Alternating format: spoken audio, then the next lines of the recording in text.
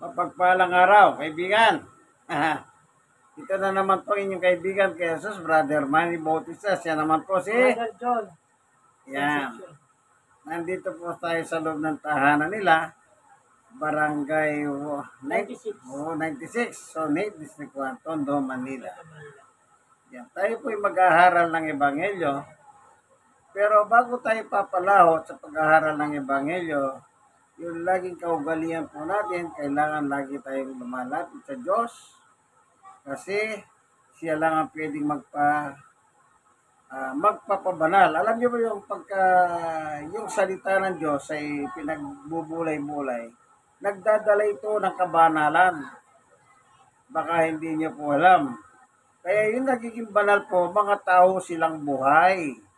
Hindi po sila mga taong patay. Yung ibang reliyon kasi kung kailan patay, ginagawang banal eh. Yan ang magagawa nung patay na nga, wala nang angini ngayon, lifeless na yun eh.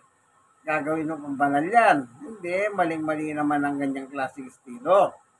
Ang nagpapabanal talaga yung nakikinig. Ibig sabihin yung buhay. Buhay na buhay. Hindi po yung kung kailan labang kayo, gagawin ng banal eh. Huwag niyo pong lokohin ng tao. Kundi ang inyong gagawin, ituro lang po ng maayos yung kasulatan. Okay? Tayo po ngayon ay panandaliang manalangin. Hingin ng tulong at patnubay ng ating Panginoon Diyos. Panginoon Diyos na makapangyarihan sa lahat. Minsan pa, samahan mo po kami ni Brother John sa aming pagbubulay ng iyong salita ayon sa nakasulat po sa kasulatan upang kami po'y makinabang. At hindi lang kami makikinabang, kundi yung mga susubaybay sa video ito na napapanood po nila sa YouTube. Salamat po sa ngalan ni Jesus. Amen. Ito pong babasahin natin ito. Kung talagang kayo po ay sabihin na natin nagsusuri kayo. Ako ayaw ko gamitin yung ganyan eh. Pangunawa. Ano po? Pangunawa. Iba yung nagsusuri eh. Ito. Sa Hebreo 2:14. Yamang ang mga anak na tinutukoy niya ay tao. Tao. Asin, tao, tayo. Kayo. Yan ang tinutungkol nito. Itong taong tinutungkol dito na binabanggit ng kasulatan, yamang ang mga anak, salitang anak, sila po'y tao na sumampalataya kay Kristo. Tingnan muna natin dito sa 1:18.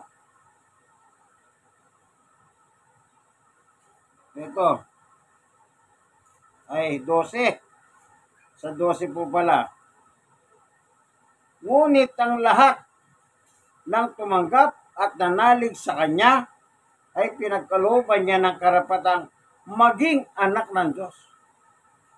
Yung ang nakalagay dito ang lahat ng tumanggap, ang tinutukoy tao. Kapag ang isang tao napapangaralan ng Ebanghelyo ni Jesus, kailangan Ebanghelyo ni Jesus ang dadalhin sa iyo. Pag hindi Ebanghelyo ni Jesus, ay medyo mag-isip naman kayo. Tingnan ninyo yung sinasabi ni Apostol Pablo, ang apostol ni Jesus na si Pablo. O Roma 10:17. Kaya't ang pananampalataya ay bunga ng pagkikinig. At makakapaginig lamang kung may mangaral tungkol kay Kristo. Aral ni Kristo, Ebanghelyo ni Kristo, ang pwedeng ipangaral. Upang ito po ang sampalatayanan ng tao. Kaya dito sa 1:12 ay ngunit ang lahat ng tumanggap. Yan. Anong lahat ng tumanggap? Natural, pangangaralan mo muna yan. Kung hindi mo pangangaralan, anong tatanggapin nila? Sipin nyo ha? Paano makasampalataya ang tao kung hindi ka mangangaral muna is about Jesus? ang nagiging problema ng mga reliyon, lalo na yung iba, ang pinikikilala nila ay ang simbahan nila. Pangalan na simbahan. Yung kanilang leader, yung kanilang founder, kung ano man ang tawag dyan. Yan ang pinagmamalaki. Maling-mali yan. Maliwanag yung binasa natin eh. Yung pangangaral tungkol kay Kristo Jesus. Sabi ni Pablo. So, yung mga nakinig na tumanggap, ang sabi rito sa 1:12. Ngunit ang lahat ng tumanggap at nanalig sa kanya'y pinagkalooban niya ng karapatang maging anak ng Diyos. Karapatan. Parang ampon. Nang inampon ka ng mag-asawa at nagkaroon kayo ng mga documents, yan, binigyan ka ngayong karapatan bilang maging anak nung umampon sa'yo. Ano ba tawag doon, brother John, na hindi, yung mga magulang na naghahadap, ang tawag nila ron, yan silang hinahanap doon eh. O yan, foster parents. Hindi mo siya totoong magulang dahil dumagal na kayo ng proseso ng DSWD, yan, nagkaroon kang bigla kayo ng magulang. Kung ano yung karapatan ng totoong anak, karapatan mo na rin. Kung magmamana siya kalahating milyon, magmamana ka rin ng kalahating milyon. Ganun to. Kaya ang nakalagay dito, yung tumanggap kay Jesus, binigyan karapatan maging anak ng Diyos. So, ibig sabihin, hindi tayo anak ng Diyos before.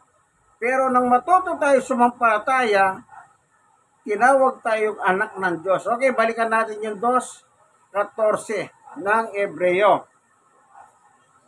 Anong nakalagay doon? Para lang, alam nyo, unti-unti lang naman natin magkakahunawahan tayo eh. Huwag lang kayong masyadong apurado. Yung iba, apurado eh. Wag. Pag ako nagsasaya, huwag kang mag-apurado.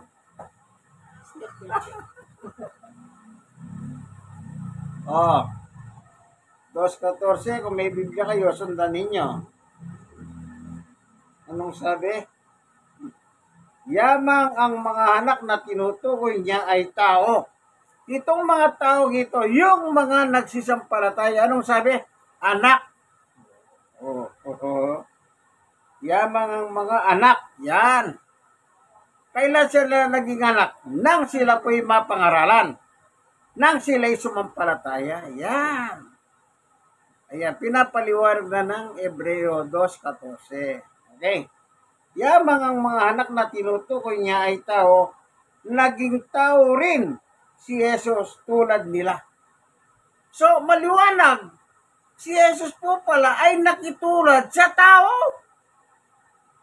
Hindi siya tao kasi kung tao siya, makikitulad pa ba sa tao? Gamitin niyo po yung utak na binigay ng Diyos. Huwag kayong magpahuto. Lalo na sa mga nagsasabi, ayan naman si Jesus, hindi Diyos siya, kundi tao. Kayo naman, eto, bibigyan ko ng simpleng kasagutan. Ang tatay at nanay natin, pareho silang tao. Nang maganin mo sila, tayo yung lumitaw. Tao ba tayo o aswang? Di ba tao tayo? Tatay natin tao, nanay natin tao, tayo ang naging bunga tao. Kung sasabihin mong si Jesus ay tao, lalabas ang Diyos sa langit ay tao. Eh, ang problema, walang tao sa langit eh. Si Jesus, may sabi si Jesus, walang tao sa langit. Kung basahin natin. Para, alam nyo po, kung talagang totoo lang ang ituturo, marami kang matututunan talaga. Hindi ka maliligaw. Oh, 3:13 ng 1. Walang umakyat sa langit. Oh. Kundi ang bumaba mula sa langit. Walang umakyat sa langit, kundi yung bumaba. Sino ba yung bumaba sa langit? O, tuloy natin dito sa 1 pa rin. Ganito naman ang nakasulat. Ano?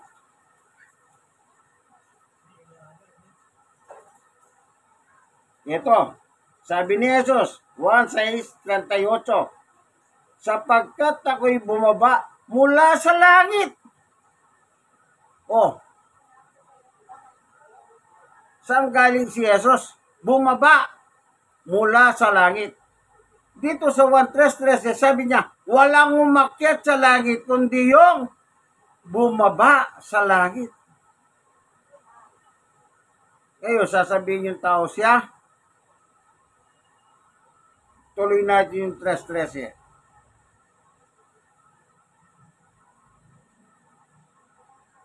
Walang umakyat sa langit, kundi ang bumaba sa langit, ang anak ng tao.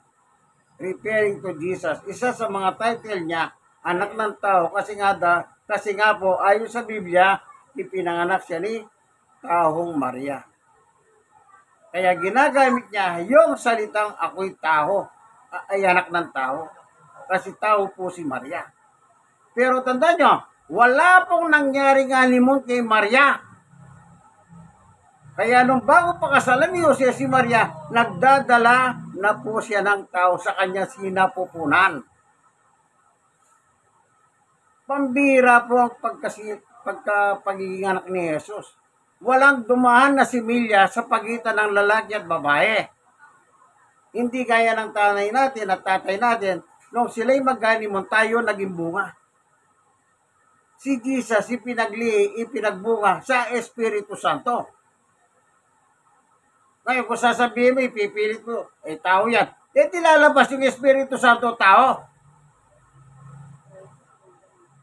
Yan ang magiging sumatutol. Ngayon, sabi niya, Ama ko ang Diyos. Lalabas ang kanyang Ama sa langit, tao rin. Meron bang kahalimun ng Diyos? Di wala. Masyado naman po kayong garapal kayong mga antikristo. Hindi ko alam kung saan kayo kumukuha ng lakas ng loob ninyo. Makikipagdebate pa kayo kung babasahin mo lang ang Biblia, matututo ka talaga. Yung tamang aral Huwag niyong babaluktutin ang aral. Alam nyo, ako naawa din ako sa inyo. Nang nauto kayo, pati yung kapwa nyo, inuuto nyo rin Ang payo ko po lagi sa inyo, magbasa kayo ng Biblia.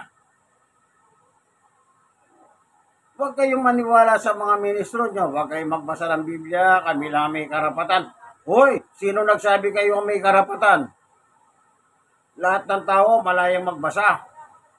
Huwag nyo namang utuin ang inyong mga sarili at ang inyong mga kasama. Niloloko nyo Dinadamay nyo pa yung sarili nyo na alokohin nyo. Huwag nyo nang idamay yung kapwa nyo. Maliwanag Walang umakyat sa langit kundi yung bumaba. Sino yung bumaba? Si Jesus. Ngayon, nasa si Jesus, hindi ba nasa langit? After natulas yung kamatayan, in 3 days, meron ba nakitang bangkay? Wala. Maagang pumunta si Magdalena, araw ng linggo, nakabukas na yung kuweba. Anong nangyari? Wala ang aking Panginoon, ninakaw yata, sabi niya. Tayo, pag namatay tayo, ilagay tayo sa kuweba, meron kang maabutang bangkay. Buto-buto. Wala Diba? Tapos, bigla niyang kilabit si Magdalena, sabi ni Jesus, Magdalena, anong ginagawa mo? Hinahanap ko po yung Panginoon. Hindi niya alam yung kausap niya si Jesus na. Sabi niya pag Jesus, kung alam niyo po, saan dinala yung bangkay ng aking Panginoon, sabihin niyo na kukunin ko. Wala kang dinat ng bangkay kasi nga po, kaya sinasabi ko, pag tayong namatay, nadudurog po ang ating katawan. Pero si Jesus wala pa nadurog sa kanya. Walang nalusaw, walang nabulok. Ayun naman, masyado kayong nagpapauto sa inyong mga tagapagturo at saka mga founder So, balik tayo sa Hebreo. Tatapusin na natin. Yamang ang mga anak ay tinutukoy niya ay tao. Naging tao rin si Jesus. Yan. Tuloy. Tulad nila, may laman at dugo. Yung tao binubuo ng laman at dugo. Si Jesus walang laman at dugo. Wala siyang laman at dugo. Bakit siya nagkaroon ng laman at dugo? Pansinin nyo ha. Naging tao rin si Jesus tulad nila. Sino nila? Yung mga tao sumampalataya kay Jesus na tinatawag na anak ng Diyos. Nila. May laman at dugo. Yung sumampalataya kay Kristo na binigyan karapatan maging anak ng Diyos ay may laman at dugo. Ginawa niya ito upang sa pamamagitan ng kanyang kamatayan, may gupo niya ang diablo na siyang may kapangyarihan sa kamatayan. Pansinin niyo ha, ginawa niya ito. Kung walang katawan si Jesus, wala siyang laman at dugo, wala siyang magagawa. Kaya mo bang ipako ang Espiritu? Tanongin ko kayo, may papako nyo ba sa krus yung Espiritu? Hindi nyo may papako kasi hindi nyo siya makikita eh. Kaya, nakibahagi siya sa laman at dugo. Kailan? Ito po, babasahin pa natin. Alam nyo, lagi tayo nagbabasa para hindi tayo maguluhan. Hebreo chapter 10. Tignan natin ang sinabi ni Jesus sa verse 5. Dahil diyan nang si Kristo ay nanahog sa sanlibutan. Nanahog. Anong ibig sabihin na nanahog? Bumaba. Sinong bumaba? Si Kristo. Yun ang sabi ni Kristo. Bumaba ako mula sa langit. Nanahog ako mula sa langit. Saan ang langit? Di taas. Bumaba. Nanahog. Pag minalokoy na sarili nyo, mga loko-loko naman talaga kayo eh.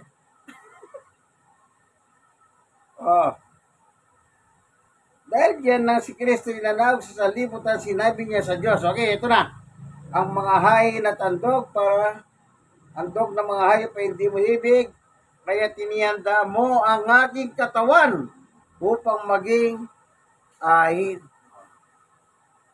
Si Jesus ang mismo nagsabi, Diyos, ihanda mo ang aking katawan upang maging ahin.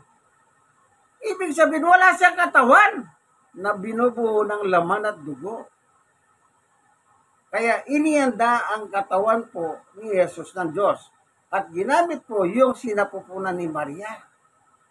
Kaya ang sabi sa Biblia, nagdadalang tao si Maria. Nakuha niyo na ba? Ewan ko sa inyo. Napakaliwanag lang, ginugulog yung pangutak niyo.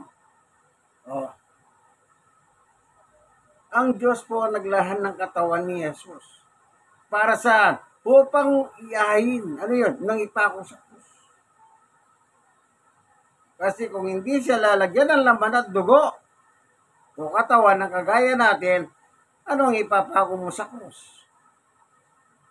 Sige nga, ipako mo yung Espiritu Santo. Ang Diyos Espiritu. Natural ang anak niya, Espiritu rin. Si Jesus. Kaya nilagyan siya laman at dugo upang tubusin ang ating mga kasalanan sa ibabaw ng krus. Kung wala po tayong kasalanan, wala sanang Jesus nagkataon tao. Kung wala tayong kasalanan, walang Jesus sana ipinako sa krus.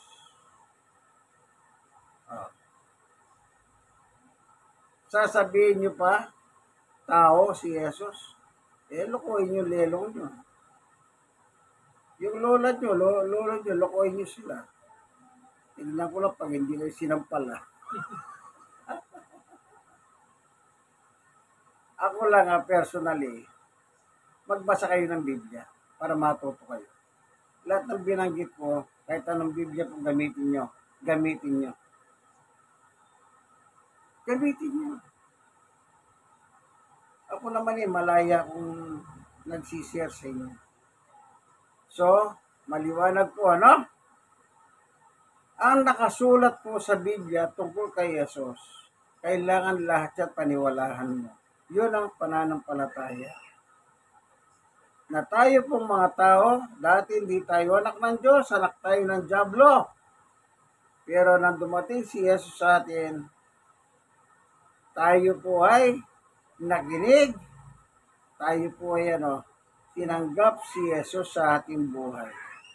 Kaya nang tinanggap natin siya, tayo po ngayon ay tinatawag na anak ng Diyos. Mula sa pagiging anak ni Satanas, lumipat tayo sa pagiging anak ng Diyos. Kailan nangyari na tayo po'y mapangaralan ng tamang ebanghelyo ng ating Panginoong Jesucristo. Tamang aral. Pag sinabing tamang aral, may maling aral. Alin ang mali? Hindi Diyos si Jesus, kundi tao na tagapamagitan. Mga loko-loko ka talaga kayo eh. Maling aral yan. Ito ang Biblia, sa aligan ng totoong pananampalataya. Huwag kayong magpauto. Pero pag nandiyan kayong layasan nyo yan. Isipin mo, pati ang pagboto mo, pinakikialaman. Ang karapatan mong bumoto, karapatan mo yan. Hindi mo dapat ipinagkakatiwala sa iyong mga founder. Hanggang pa naman sa pagboto eh. Nakaloko-loko yan eh. Kunwari, babasa ng talata. Eh, iba naman ang sinasabi ng talata, binabasa, hindi naman eleksyon eh. Ang ginagawang eleksyon. Oh. Ano yung paborito yung talata? Pagdating sa eleksyon, ito basahin ko, para parehas ang laban. Oh, ako naman ang kagandahan ko sa akin, yung mga paborito yung talata, pinabasa ko. Ang problema, pati yung ayaw nyo, binabasa ko. Siyempre, hindi naman ako namimili ng talata. Hindi ako kagaya ninyo ng mga selected kayo. Oo, pag panig sa inyo, gusto nyo. Pag hindi panig, hindi nyo babasahin. Pag nasuko kayo, babaliin ninyo. Ewan. Ito po yung paborito nyong talata. Unang Korinto 1:10. Ako babasahin ko ito ha. Hindi eleksyon ito. Tungkol sa pangangaral ni Pablo sa Korinto. Ang tinutukoy. Ngayon, inadapt ninyo ito, ikinapit ninyo sa eleksyon. Mga loko-loko. O yan, si brother dyan, nagsabi na. Siya loko. Ito. 1:10. Mga kapatid. Yan, sabi ni Pablo, mga kapatid. Ako'y nananawagan sa inyo. Sino yung inyo? Yung mga panahon ni Pablo, kanya napangaralan. Hindi kayo kasali dyan. Kasi hindi kayo nabuhay sa panahon ni Pablo. Kaya naloko na, sabi ni brother dyan. Totoo yun, naloko na talaga kayo ni Satanas. Okay. Mga kapatid, ako'y nananawagan sa inyo, sa ngalan ng Panginoong Jesucristo, magkaisa kayo sa pananalita, isip, layunin, upang mawala sa inyo ang pagkabahabahagi. Yung pala, yung panahon kasi na pangangaral ni Pablo dito, nagkaroon ng divided. Ay, ano ba yun? Division ng bawat mananampalataya. Nagkakagulo sila ngayon. Ay, kay Kristo ako, kay Pablo ako, kay ganito ako. Yan ang problema sa Korinto noon. Hindi eleksyon. Wala namang eleksyon eh. Kinakapit nyo sa eleksyon eh. Oh, kaya kung kayo po ay, kaya sinabi ko magbasa kayo eh. Pag binasa yung unang Korinto, 1:10, ituloy nyo lang para maintindihan ninyo. Paano nyo maintindihan eh? Hindi nyo tinutuloy kasi. Yan ay tungkol sa division ng mga mananampalataya. May kanya-kanya silang pinapanigan. Hindi po tungkol sa eleksyon niya. Kaya wag po kayong magpahuto. sa mga manghuhuto na alagad ni Satanas. Tutuklayin kayo ni Satanas. Nakita niyo si Adan at Eva? Yung ahas? Natuklaw si Eva. Dinamay si Adan. Salamat po, Panginoon Diyos, sa katotohanan na itinuro mo po sa amin about your Son, Jesus. Pinakita mo po sa amin sa bawat talata ng Biblia yung tungkol sa Kanya. Kasi may mga tao po kasi hindi naniniwala sa iyong anak, pero ginagamit ang iyong anak. Yung mga tinatawag nilang Antikristo. Baguhin mo po sila, Panginoon Diyos, sapagkat ikaw lang ang pwedeng magpabago sa kanila at wala nang iba. Salamat po sa ngalan ni Jesus. Amen. Kaibigan, alam niyo na siguro susunod. Like, share, and kayong mga na-share and i-share niyo sa iba. Ipadala niyo sa kanila. Yung mga taong hindi naniniwala ng Diyos si Kristo. Ayan niyo sila. Ako gusto ko yan. Nung araw, binibidyo nila ako. Pag nakita ko binibidyo nila ako, nilalakasan ko. Dinadagdagan ko pa. Sabi ko, sige, panoorin niyo yan. Hindi nila pwedeng panoorin. Bakit? Madidisgrasya sila eh. Mapupulgar ang katotohanan. Yun pong ginagawa ko. Kasi gusto ko, malaman din nila yun totoo. Sabi pa ng iba tumatawag pa ng ministro, alika, punta ka na rito, habang nangangaral. Sabi pa nila Sabi ko naman, hoy, bilisan mo! Pero, sa tagal ko po nangangaral, walang isa man na pinapunta ang pumunta. Ba't siya pupunta? Maghanap lang siya na sakit ng katawan. Bakit? Sasanggayin mo ko ba nangangaral ako? Sa harap ng tao, ipapahiya kita. Hindi po ko namimili.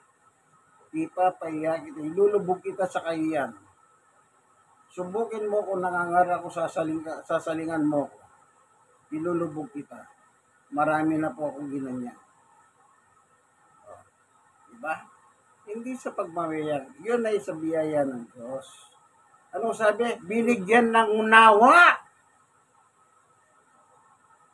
Praise God. Binigyan ako ng unawa.